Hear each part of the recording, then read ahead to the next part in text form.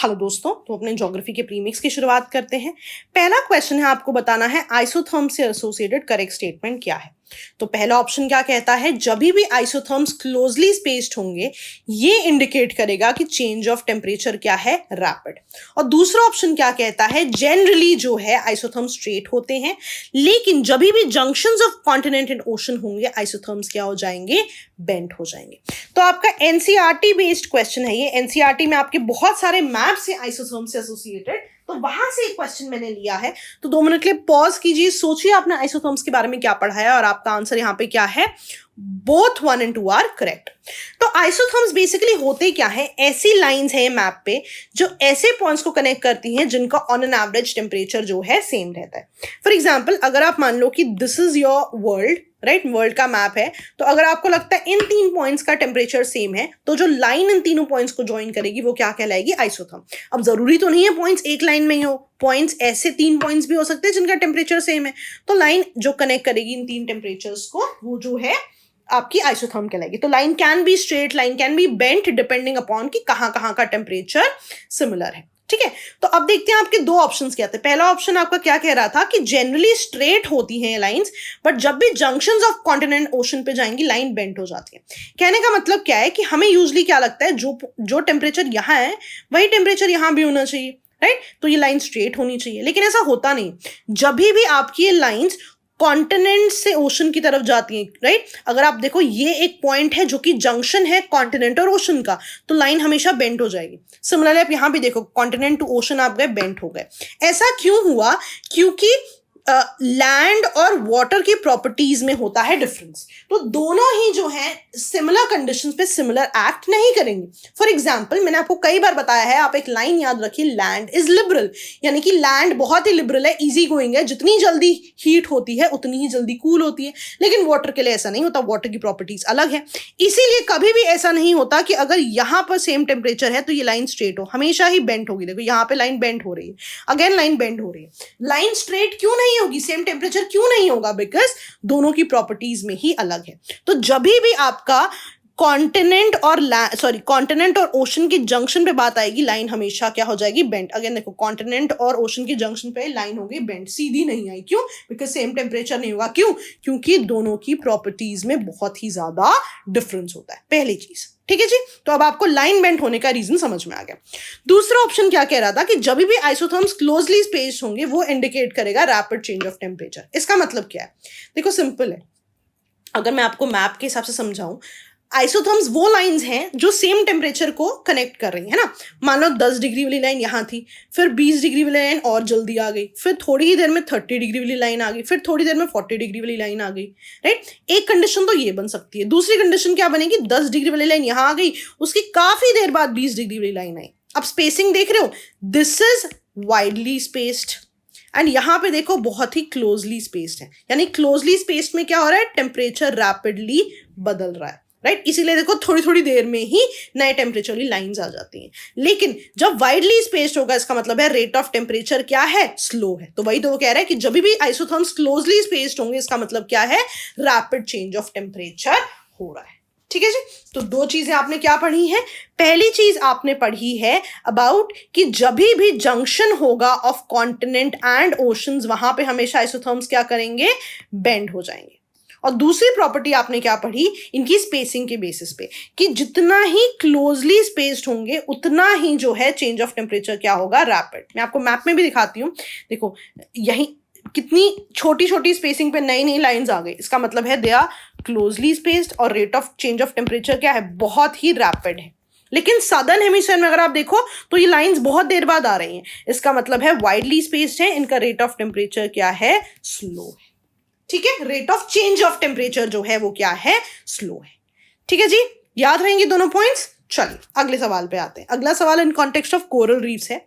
Second option आपका, the first option क्या कहता है, कोरल रीफ्स जो हैं जनरली प्रेजेंट होते हैं कॉन्टिनेंट्स के वेस्टर्न कोस्ट पे। क्यों, क्योंकि कॉन्टिनेंट्स के वेस्टर्न कोस्ट पे होती है कोल्ड करंट। दूसरा ऑप्शन क्या कहता है कि मोस्ट कॉमनली तो ये ट्रॉपिकल वाटर्स में पाए जाते हैं, शैलो डेप्थ्स पे, लेकिन डीप वाटर और कोल्ड वाटर कोरल रीफ्स भी होते हैं, but they exist on a very small scale in certain regions. तो 2 मिनट के लिए पॉज कीजिए, और यहां पे आपका करेक्ट आंसर क्या है? ओनली 2। ठीक है, यहाँ पे जनरली शब्द की बहुत ज्यादा सिग्निफिकेंस है कि एक जनरल ट्रेंड क्या है। जनरल ट्रेंड में वो क्या कह रहे हैं कि जनरल ट्रेंड में आप याद रखना कि अगर मुझे इसका आंसर करना है ना, मुझे यहाँ पे सोचना पड़ेगा कि मैंने कोरल रीफ्स के लिए कंडीशंस क्या पढ़ी थी। जब आप कोरल रीफ्स की कंडीशंस पढ़ते हो, आप वहां पे पढ़ते हो कि एक फेवरेबल कंडीशन, एक आइडियल कंडीशन क्या होती है? Warm water. आप कंडीशंस में हमेशा देखना फेवरेबल है, आइडियल लिखा होगा कि ये सबसे बेस्ट कंडीशंस है, ठीक है, वार्म वाटर। लेकिन अब अगर आप कॉन्टिनेंट्स के वेस्टर्न मार्जिन देखो, यहाँ पे है आपकी सारी कोल्ड करंट, ब्लू कलर की, right, blue colour for cold current. तो यहाँ पे भी कोल्ड करंट है, यहाँ पे भी कोल्ड करंट है, यहाँ पे भी कोल्ड करंट है, and which is not ideal for coral reefs, है ना, क्योंकि कोरल रीफ्स के लिए आइडियल कंडीशंस क्या थी? Warm current. तो इसलिए जनरल ट्रेंड क्या होता है कि वेस्टर्न कोस्ट पे, मतलब कॉन्टिनेंट्स की वेस्टर्न कोस्ट पे कोरल रीफ जो है वो नहीं पाए जाते हैं। रीजन देयर बीइंग यहाँ पे हमेशा ही कोल्ड करंट्स मिलती हैं। तो जो आपका फर्स्ट ऑप्शन है कि जनरली प्रेजेंट होते हैं, they are generally not present. Why? Because इनकी एक स्टैंडर्ड कंडीशन है कि वार्म वाटर होना चाहिए और वेस्टर्न कोस्ट पे क्या है? कोल्ड करंट्स है। तो फर्स्ट ऑप्शन आपका क्या हो जाएगा? रॉन्ग हो जाएगा। अब सेकंड ऑप्शन देखो, जनरली वर्ड यहाँ पे क्यों इंपॉर्टेंट था? बिकॉज सेकंड ऑप्शन क्या कहता है कि although yes generally most commonly ये ट्रॉपिकल वाटर्स पे शैलो डेप्थ से मिलती हैं, लेकिन इसका मतलब ये नहीं है कि कोल्ड वाटर कोरल रीफ्स नहीं होते। कोल्ड वाटर कोरल रीफ्स भी होते हैं और डीप वाटर कोरल रीफ्स भी होते हैं, लेकिन बहुत ही स्मॉलर स्केल पे एग्जिस्ट करते हैं। अब क्योंकि यहाँ पे जनरली वर्ड लिखा हुआ था इसलिए ये ऑप्शन करेक्ट हो गया। अगर लिखा होता कि कोरल रीफ्स हमेशा ही यहाँ प्रेजेंट होते हैं, राइट, तो उस कंडीशन में ये चीज क्या हो जाती? गलत हो जाती, क्योंकि कुछ जो है कोल्ड वाटर या डीप वाटर कोरल जो है डेफिनेटली पाए जाते हैं। तो आपने दो चीजें क्या सीखी कि एक जनरल ट्रेंड है कि वेस्टर्न कोस्ट पे या जो कॉन्टिनेंट्स के वेस्टर्न कोस्ट पे कोरल रीफ्स नहीं पाए जाते बिकॉज वहां पे कोल्ड वाटर होता है। स्टैंडर्ड कंडीशन क्या है कि कोल्ड वाटर जो है बहुत आइडियल नहीं है, वार्म वाटर आइडियल होता है कोरल रीफ्स के लिए। लेकिन आपने सेकंड ऑप्शन क्या देखा कि ये जनरल ट्रेंड है, कोल्ड वाटर में नहीं मिलती, लेकिन कुछ डीप वाटर या कोल्ड वाटर कोरल्स होते हैं, लेकिन वो बहुत ही स्मॉलर स्केल्स पे पाए जाते हैं। ठीक है जी, तो ऐसे क्वेश्चंस यूपीएससी देता है जब शब्द यूज कर ले जनरली, मोस्ट कॉमनली, तो आपने इनका ध्यान रखना है। ठीक है जी, चलिए तीसरे क्वेश्चन पे आते हैं अपने। Yes, so the third question caters to the concept of cropping intensity. ठीक है, तो पहला ऑप्शन क्या कहता है? हायर क्रॉपिंग इंटेंसिटी इंप्लाइज कि हायर प्रोडक्टिविटी है per unit of arable land during one cropping season. और दूसरा ऑप्शन क्या कहता है कि present cropping intensity of 136% in India has registered an increase of only 25% independence. ठीक है, तो सबसे पहले ना मैं आपको समझाती हूँ ये क्रॉपिंग इंटेंसिटी का कॉन्सेप्ट होता क्या है। ठीक है, क्रॉपिंग इंटेंसिटी, ठीक है, अब देखो होता क्या है, दिस डिपेंड्स अपॉन कि आपके पास कितनी लैंड है। ठीक है, डिफरेंट कंडीशंस बना लेते हैं। मान लो आपके पास 100 एकड़ लैंड है, जरूरी तो नहीं है कि आपने पूरे साल में एक ही बार फसल उगाई, हो सकता है आपने खारिफ में अलग उगाई, आपने राबी में अलग फसल उगाई। तो मान लो आपने खारिफ में 100 एकड़ लैंड यूज किया और राबी में भी 100 एकड़ लैंड यूज किया, तो टोटल कितना हो गया? 200 एकड़ लैंड। तो क्रॉपिंग इंटेंसिटी कैसे निकालते हैं? जितना आपने यूज किया टोटल साल में डिवाइडेड अपॉन जो आपके पास एक्चुअल लैंड था 100 into 100। तो क्रॉपिंग इंटेंसिटी कितनी बन गई आपकी? 200%। ठीक है, अब मान लो कि आप पूरा का पूरा 100 यूज नहीं कर पाए किसी टाइम पे, आपने पहली बार 100 यूज किया, उसके बाद मान लो आपके पास ग्राउंड वाटर कम था, फंड्स कम थे, कुछ भी XYZ रीजन था और आपने दूसरी बार 80 एकड़ यूज किए, तो 180 यूज किया आपने टोटल। क्रॉपिंग इंटेंसिटी क्या हो जाएगी? 180 अपॉन आपके पास टोटल कितना था? 100 into 100। अब आपकी क्रॉपिंग इंटेंसिटी क्या हो गई? 180%। राइट, हो सकता है एक और सीजन आ गया जिसमें आपने पहली बार 100 यूज किया और दूसरी बार 85 यूज किया, 150 हो गया। क्रॉपिंग इंटेंसिटी कितनी हुई? 150 जो आपने यूज किया अपॉन जो एक्चुअली था into 100, तो क्रॉपिंग इंटेंसिटी हो गई 150%। तो आप देख रहे हो जितना कम यूज करोगे उतनी ही आपकी क्रॉपिंग इंटेंसिटी जो है घटती जाएगी। राइट, लेकिन जितना आप ज्यादा यूज करोगे, जितनी क्रॉपिंग इंटेंसिटी ज्यादा होगी, इसका मतलब है मैक्सिमम प्रोडक्टिविटी की बात होगी। राइट, क्योंकि यहाँ पे 200% कब थी? जब प्रोडक्टिविटी की बात मैक्सिमम हो रही थी। जैसे जैसे प्रोडक्टिविटी कम होती गई उतनी ही आपकी क्रॉपिंग इंटेंसिटी भी घटती गई। तभी आप देख रहे हो 200 से वैल्यू घटी ही है 80 और 50 पे, क्योंकि आपने यूज ऑफ लैंड कम किया है। राइट, तो यहाँ पे ये आपका क्रॉपिंग इंटेंसिटी का कॉन्सेप्ट है। ठीक है, तो हायर क्रॉपिंग इंटेंसिटी का मतलब क्या होता है? हायर प्रोडक्टिविटी, यस, लेकिन यहाँ पे एक चीज गलत है, यहाँ पे लिखा हुआ है 1 क्रॉपिंग सीजन, यहाँ पे होना चाहिए था 1 एग्रीकल्चर ईयर। क्रॉपिंग सीजन का मतलब क्या, एक खारिफ और एक राबी तो अलग अलग हो गए ना। तो अगर यहाँ पे लिखा होता कि higher cropping intensity implies higher productivity during 1 agriculture year, तो ये ऑप्शन होता करेक्ट। अभी ऑप्शन क्या है, एब्सोल्युटली गलत हो जाता है, बिकॉज मैंने यहाँ पे ऑप्शन लिखा है एक क्रॉपिंग सीजन। दूसरा फैक्ट इंपॉर्टेंट है, आप इसे याद रखेंगे कि इंडिया की प्रेजेंट क्रॉपिंग इंटेंसिटी 136% है और इंडिपेंडेंस से सिर्फ 25% ही इंक्रीज हुआ है। तो आपका करेक्ट आंसर क्या है, ओनली 2। ठीक है जी, याद रहेगा। चलिए आगे बढ़ते हैं। मिंक्स group has been news recently, किससे एसोसिएटेड है? तो 2 मिनट के लिए पॉज कीजिए, सोचिए आपने कुरील आइलैंड से एसोसिएटेड पढ़ा है, डुमेरा आइलैंड से, या नागोर्नो कराबाख रीजन, या इनमें से कोई भी नहीं। तो आपका आंसर यहाँ पे क्या बनता है, द फर्स्ट ऑप्शन। तो आपने अजरबैजान और आर्मेनिया के कॉन्फ्लिक्ट के बारे में पढ़ा हुआ कि इन दोनों में कॉन्फ्लिक्टेड रीजन है आपका नागोर्नो कराबाख रीजन। तो इसको रिजॉल्व करने के लिए, स्पेसिफिकली इस कॉन्फ्लिक्ट को रिजॉल्व करने के लिए एक ग्रुप बनाया गया था, मिंक्स ग्रुप, राइट। तो इससे एसोसिएटेड ये मिंक्स ग्रुप बहुत ज्यादा न्यूज में है। सिर्फ मिंक्स ग्रुप के पास ही पावर है कि वो इस पर्टिकुलर मुद्दे को रिजॉल्व कर सकते हैं, right. They can actually encourage a peaceful and negotiated resolution for the conflict between Azerbaijan and Armenia, right. 1982 में ये बनाया गया था।